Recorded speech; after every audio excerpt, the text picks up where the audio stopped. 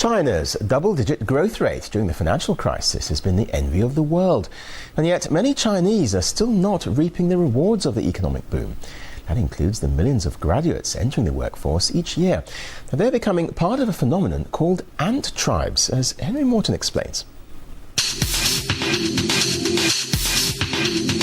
Despite the global slowdown, China's economy is booming and its cities are expanding at a seemingly unstoppable pace as people look to leave their poor rural backgrounds behind in search of the Chinese economic miracle.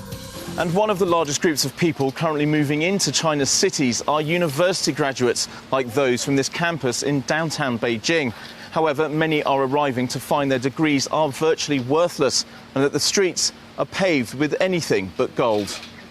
These graduates often end up living in the most basic and squalid of conditions and forced to do menial jobs. Sociologists have dubbed them the ant tribes, and there are thought to be more than 100,000 living in Beijing alone. Yin Juan-Chin is one such ant. He shares a 20-square-metre room with 5 other graduates in a former workers' dormitory in the north of Beijing. Washing and toilet facilities are shared, and there is nowhere for them to cook. But it's not just the ants that are suffering.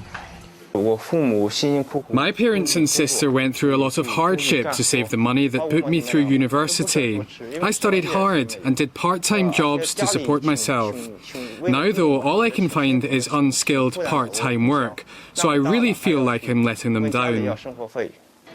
Part of the problem is that there are simply too many university graduates now entering the system. In 1998, when the government began to seriously look at expanding higher education, Chinese universities were producing 830,000 graduates a year. In 2010, that number was 6 million, and it's still growing. On the one hand, China's universities were already in a weak state. We made them weaker with an over-rapid expansion, so the education received by many of today's graduates has been very poor. On the other, we have a whole generation who are used to having everything done for them and cannot do anything for themselves. Who's going to give people like this work? With reports of rioting taking place in some ant tribe areas, the government is now looking to take action. Measures being discussed include limiting residence permits to skilled professionals and introducing electronic ID cards for outsiders without a stable job. However, with the number of graduates entering the workforce set to continue rising, there seems little hope in sight for China's ant tribes.